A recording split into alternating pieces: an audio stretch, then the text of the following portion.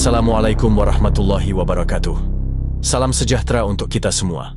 Pada kesempatan kali ini, pencari ilmu akan membahas topik yang sangat menarik dan bermanfaat, yaitu tentang gerakan ulama rebut kemerdekaan dari penjajah. Semoga video ini bisa memberikan wawasan dan inspirasi untuk kita semua. Bismillahirrahmanirrahim. Nahdlatul Ulama berdiri pada 31 Januari 1926 Masehi atau bertepatan dengan 16 Rajab 1344 Hijriah. Lahirnya organisasi keagamaan terbesar di Indonesia itu tidak dapat dipisahkan dari peran Syekhona Muhammad Khalil. Ulama asal Bangkalan itu menjadi konseptor berdirinya organisasi tersebut. Syekhona Muhammad Khalil merupakan guru dari pendiri Nahdlatul Ulama, Kiai Haji Hashim Asy'ari. Semasa hidup, Syekhona Muhammad Khalil tidak hanya mendidik santrinya di bidang ilmu keagamaan, tetapi juga menanamkan rasa nasionalisme terhadap negara. Syekhona Muhammad Khalil lahir pada 25 Mei 1835 dan wafat pada 1925. Semasa muda, waktunya banyak dihabiskan untuk menuntut ilmu. Salah satu gurunya saat menimba ilmu di Timur Tengah, Syekh Nawawi Al-Jawi Al-Bantani, tutur ketua PCNU Bangkalan Kiai Haji Maki Nasir. Di bawah didikan Syekh Nawawi, Syekhona Muhammad Khalil tidak hanya diajari tentang pemahaman ilmu keagamaan, tetapi juga dididik untuk memiliki rasa cinta terhadap bangsa. Salah satu buktinya, Syekhona Muhammad Khalil pernah menulis kalimat Hubbul Awthon Minal Iman dengan tangannya sendiri. Itu ditulis sekitar tahun 1891, tutur tokoh karismatik yang juga dzurriyah Syekhona Muhammad Khalil tersebut. Pada 1895, Syekh Nawawi mengumpulkan beberapa tokoh ulama di Alas Roban, yang saat ini menjadi Kabupaten Bangkalan.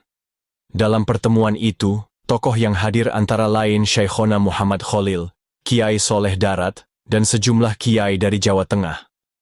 Pertemuan itu menjadi cikal bakal gerakan perebutan kemerdekaan Indonesia. Sebab, perkumpulan itu dilakukan karena adanya kegelisahan ulama melihat kondisi masyarakat pribumi yang semakin ditindas oleh penjajah Belanda. Puncak keresahan ulama terjadi pada 1920.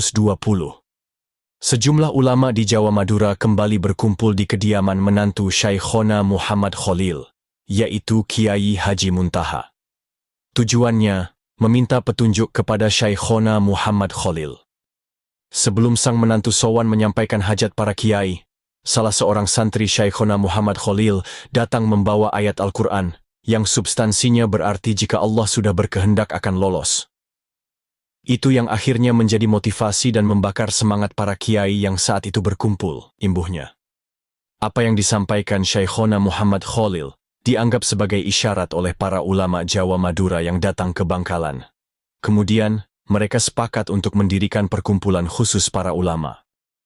Gagasan tersebut kemudian diutarakan kepada Kiai Haji Hashim Asy'ari di Jombang. Namun, ide dan gagasan itu tidak langsung disetujui oleh Kiai Haji Hashim Asy'ari. Sebab, tidak mudah menyeragamkan para kiai karena memiliki pandangan berbeda. Tetapi, setelah 3 kali mendapat desakan dari para kiai, Kiai Haji Hashim Asy'ari menyetujui untuk segera mendirikan organisasi. Dengan catatan, ada petunjuk dari gurunya, yaitu Syekhona Muhammad Khalil. Kemudian, pada awal 1900, Syekhona Muhammad Khalil mengutus santrinya, Kiai Haji As'ad Syamsul, untuk menyerahkan tongkat kepada Kiai Haji Hashim Asy'ari. Pemberian tongkat itu juga disertai potongan kisah tongkat Nabi Musa saat menghadapi ular penyihir suruhan Fir'aun. Kenapa tongkat? Kenapa bukan lainnya? Ternyata, tongkat itu simbol pemersatu.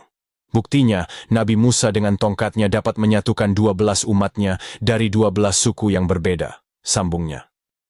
Syekhona Muhammad Khalil tidak menghendaki adanya penyeragaman para ulama yang berasal dari berbagai daerah, keahlian, dan budaya yang berbeda, tetapi dipersatukan dalam wadah Nahdlatul Ulama dan organisasi agar dapat dijadikan pegangan.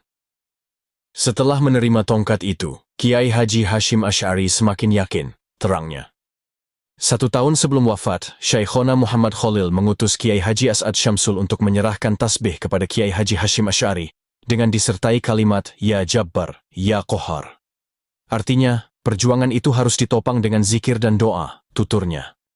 Kiai Haji Maki mengaku dirinya sangat bersyukur. Sebab, organisasi yang didirikan oleh para ulama itu sudah berusia 100 tahun. Satu abad Nahdlatul Ulama harus menjadi momentum introspeksi dan evaluasi. Yaitu, dengan tetap berpedoman pada metode para pendiri Nahdlatul Ulama yang mampu menjawab berbagai tantangan zaman, ujarnya. Para pendiri Nahdlatul Ulama sudah terlatih menyikapi perbedaan sehingga mampu mengakulturasi budaya yang beragam dan memesona. Sehingga ajaran agama dalam berketuhanan dan berkebangsaan bisa diterima semua lapisan masyarakat, imbuhnya. Menurut dia, perdamaian Indonesia saat ini tidak lepas dari peran para ulama Nahdlatul Ulama sebagai pendiri bangsa. Khususnya, Syekhona Muhammad Khalil sebagai konseptor pergerakan yang dilakukan oleh santri-santrinya yang dipimpin oleh Hadratus Syekh Kiai Haji Hashim Asy'ari. Demikianlah penyampaian dan penjelasan tentang gerakan ulama rebut kemerdekaan dari penjajah. Semoga bermanfaat. Jangan lupa like, share dan subscribe agar saya lebih semangat lagi dalam berbagi ilmu dan informasi yang menarik lainnya. Terima kasih. Wassalam.